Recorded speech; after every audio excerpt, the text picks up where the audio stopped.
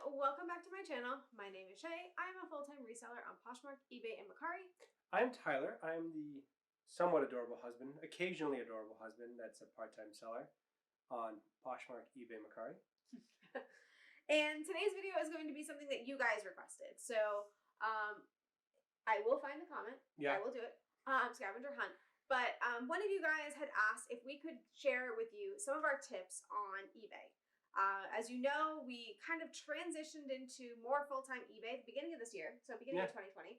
And I feel like we've made a lot of progress. So I feel like we have actual tips to share. Okay, so if you enjoy reseller content, if you are interested in Poshmark, eBay, or Mercari, or all three, or maybe even different platforms, because we're open to always evolving and changing, make sure that you subscribe to this channel and click that notification bell so you're notified every time we post new videos.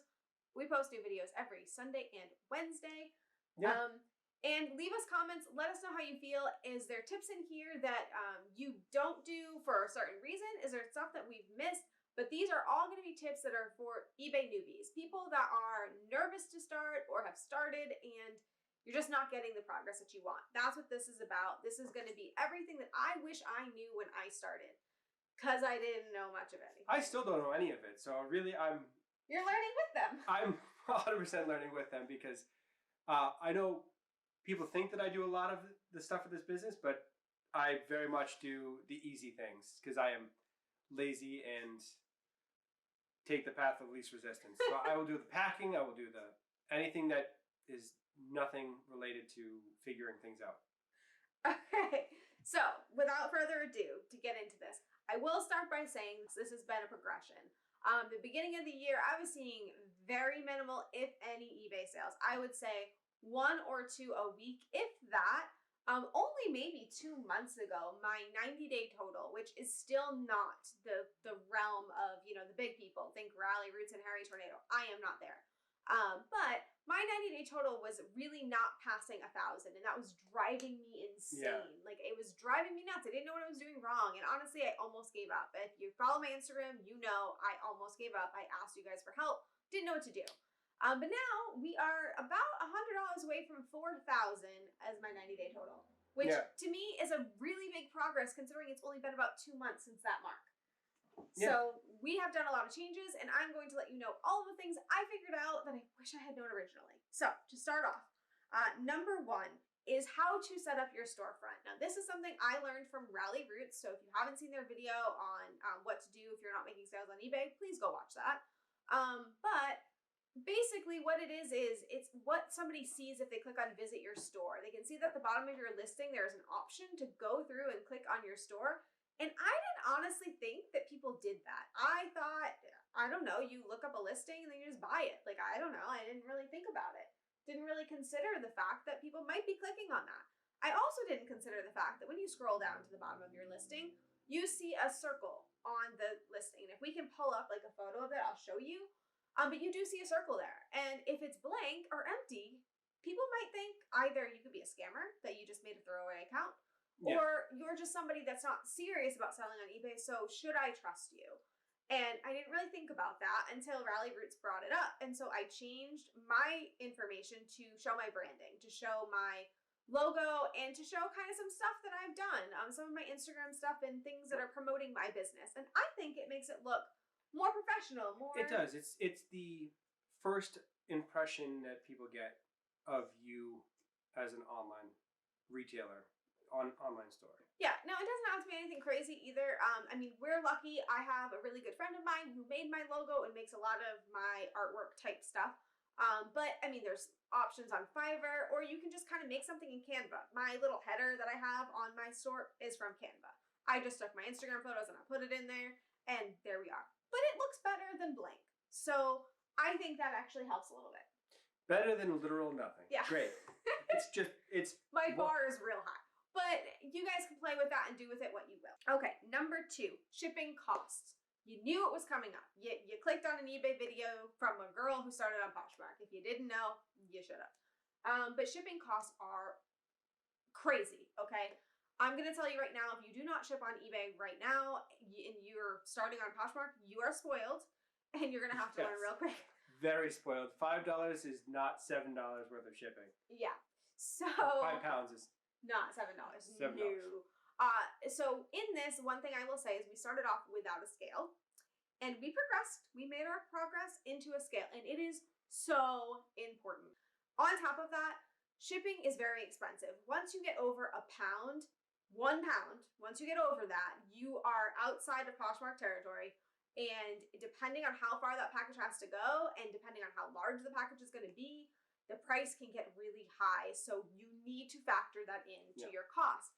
However, that said, people on eBay are expecting free shipping or low shipping, and they will come to you for it. They will message you. They will tell you it's too high. They will find you and they will ask for lower shipping. So make sure that you know your shipping costs, know what it's going to be, and kind of keep that in mind. What I try to do now, currently, I am aware that a lot of my packages go to California. I am from Massachusetts. California is literally across the country. It's the most expensive that it could be. So outside of Hawaii, yes. Yes. So when I put in my shipping costs, I try to keep in mind, one, do I have a margin to take a shipping hit? Because there are items that I do. And if I don't, I price it up. Now, I take more hits than I don't, but... And she blames me for all of them. All of them, yeah. All of the bad decisions are somehow my fault. Yeah, so I mean, I guess also make sure you have somebody you can blame, because you're going to make so many mistakes and it will never stop. I think the last bad decision that you can be blamed for is marrying me. Maybe. So. Okay, on the topic of shipping is calculated shipping. So, calculated shipping is something that I did not understand. I still don't understand it. I don't understand it exactly. Please explain calculated shipping.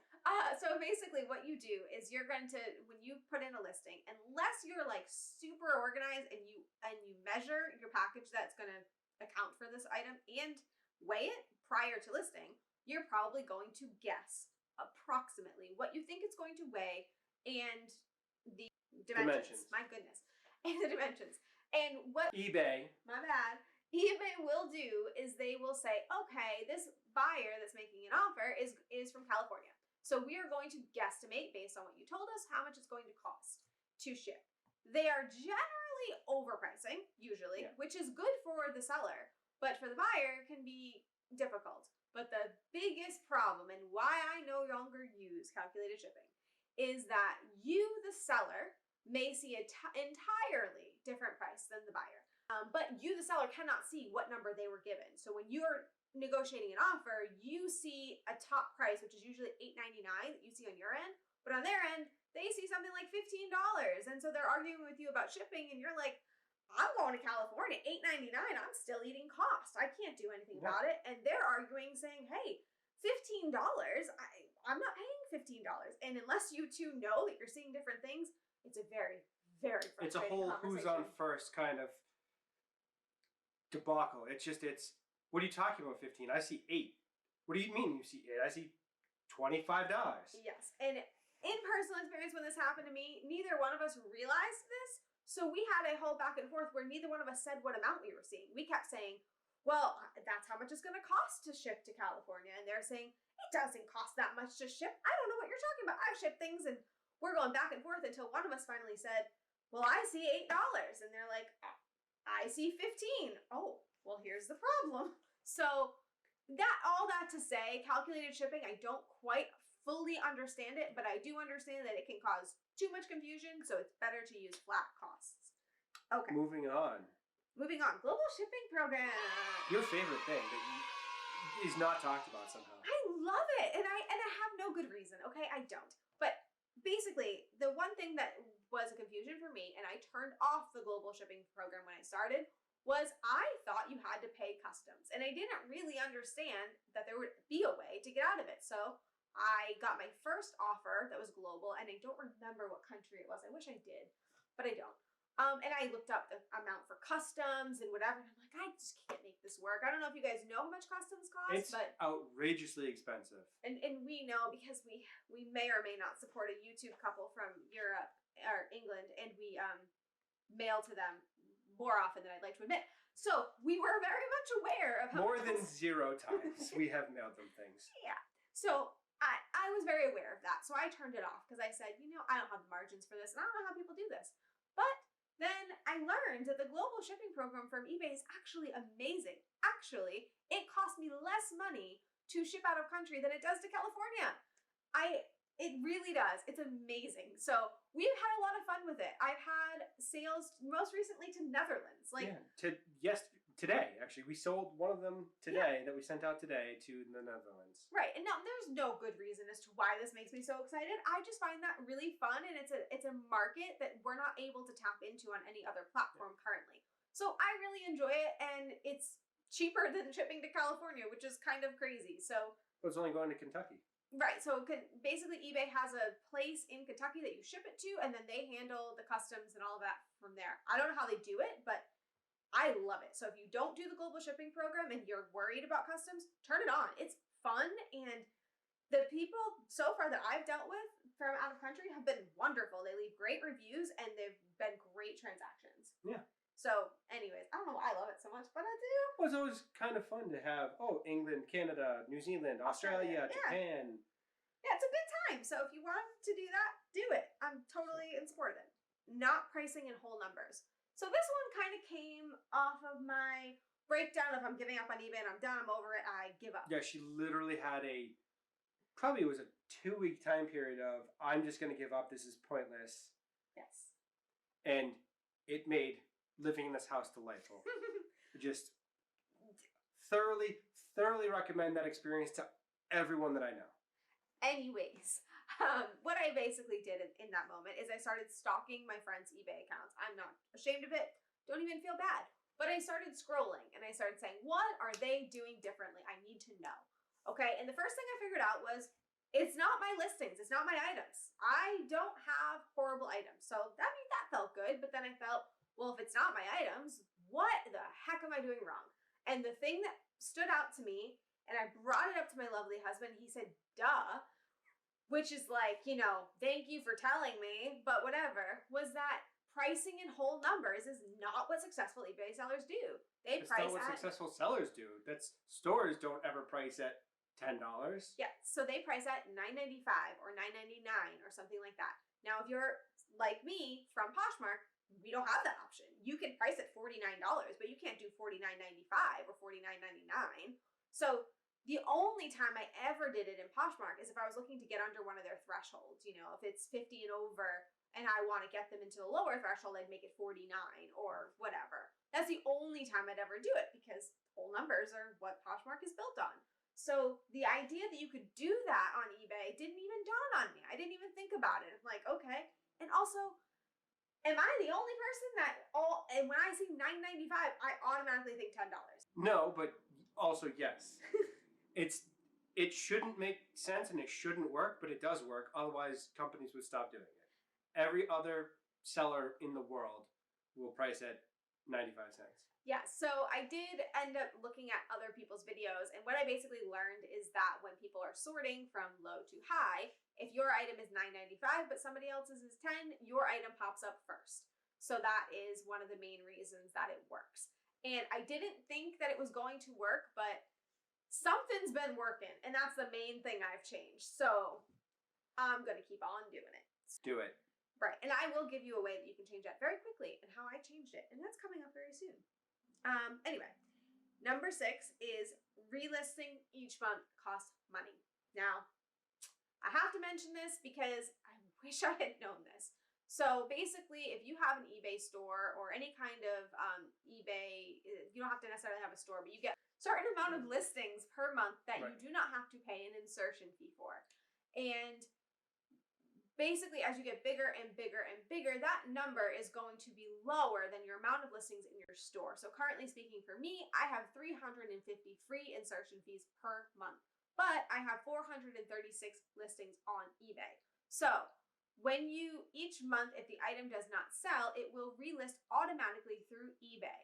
And each time it does that, it costs you an insertion fee. So once you hit over your free allotment, which mine's $350, you will then start paying, I believe it's 25 cents per listing. So remember, on top of that, of your already items in your closet, you are also doing new listings every day. But I wish that I knew it cost money. Why are you laughing? Don't laugh. Number 7, running sales. Okay, so I think everybody has different ideas about this. But I guess I'm going to give my methodology because my video. Yeah. So that would be the thought process there. Yeah. Okay, so here's the thing with pricing on eBay. Everyone will tell you that you need to price lower than all your other platforms because people like to buy outright.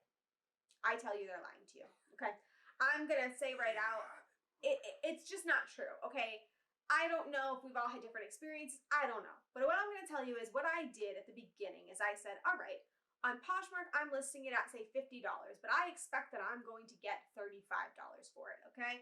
So on eBay, I'm going to list it at $35 because people don't make offers and they want to buy outright. You know what happened? Somebody bought it on Poshmark after 6 months of sitting there, and I got 20 views on eBay. Okay, that's what happened. So I decided, well, I don't like this.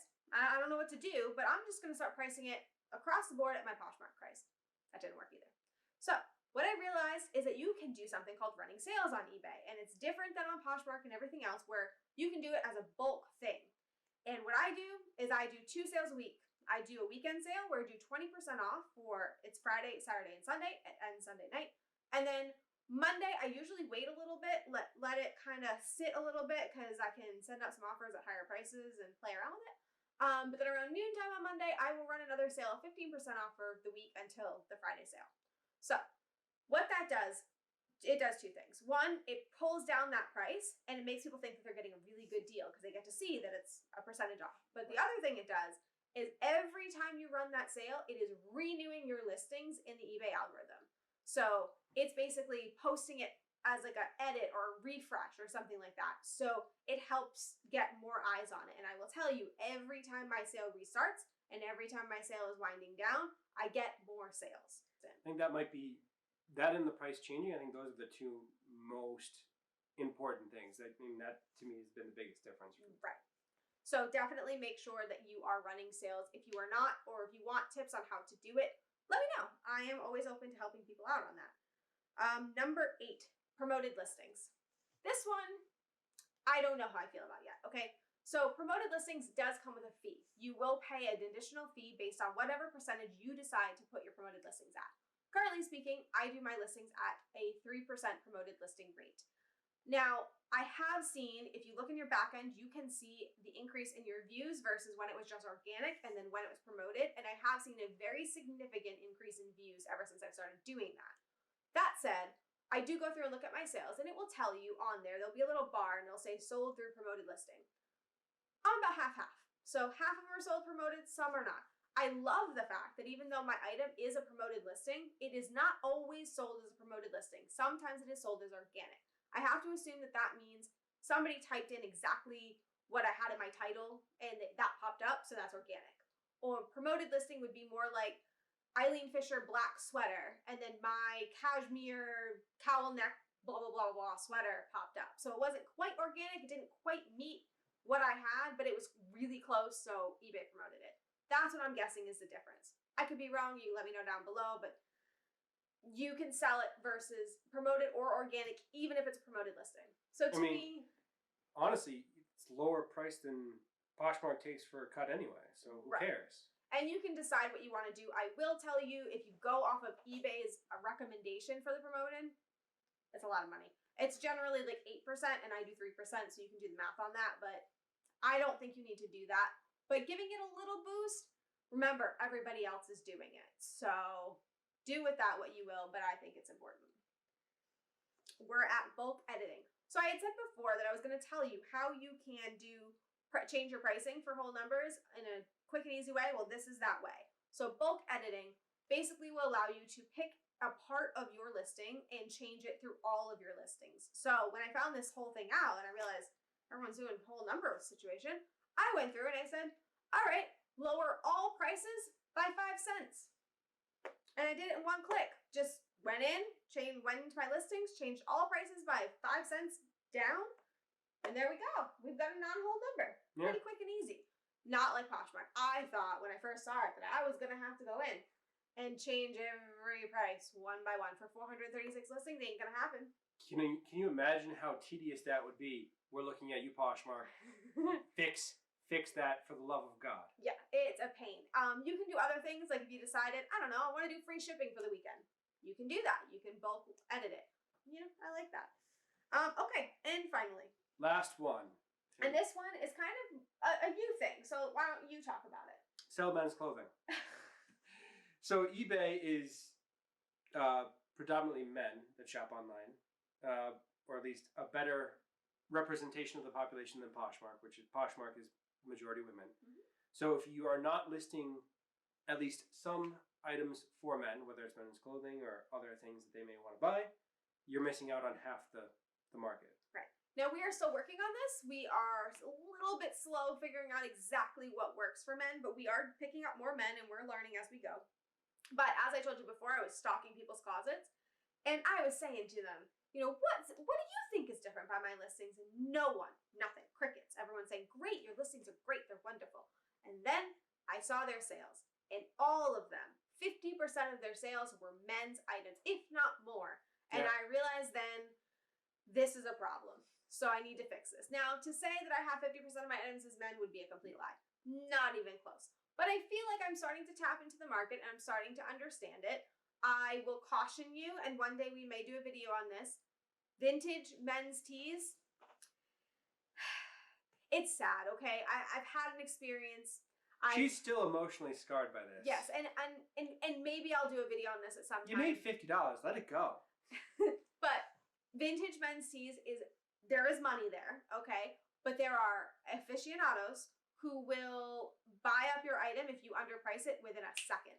So make sure that if you are going into that market, you find someone that's going to help you out, or you just are really good at research, like far better than I'll ever be. Or just willing to accept when you've made a mistake on not maximizing what you could have made. Yes, exactly. It's going to be a learning process. You're going to make a mistake. You're going to sell a t-shirt for $50 that probably you could have sold for $300. Basically, yes. So anyway, men's is a great category to get into, especially if you're going on eBay. Make sure that you're looking into it, trying to find that out. Find other people that are doing it and ask them what they are purchasing and try to learn from there, because that's what I am doing. So yeah, I think that's everything. So I hope you guys found this informative. I hope that there are some tips in here that you can use. And if you have any questions on any of them, please, please, please, please reach out to me on Instagram. I will do the best I can to give you guys my insight. Again, I am new to learning with you, but I feel like I'm growing. I feel comfortable that I'm actually learning something. So if the 90-day total is any indication, half of that is from the last month and a half. Yeah. So we are learning and we are growing. So my Instagram is down below. If you guys need anything or you want to just kind of talk through what I've mentioned on here, let me know. And leave me comments. Let me know. Is there anything I missed? Is there something that you wish you knew before you did eBay? I would love to hear from you. So that is it. Thank you guys so much, and we will be back really soon with a new video. Thank you all for watching.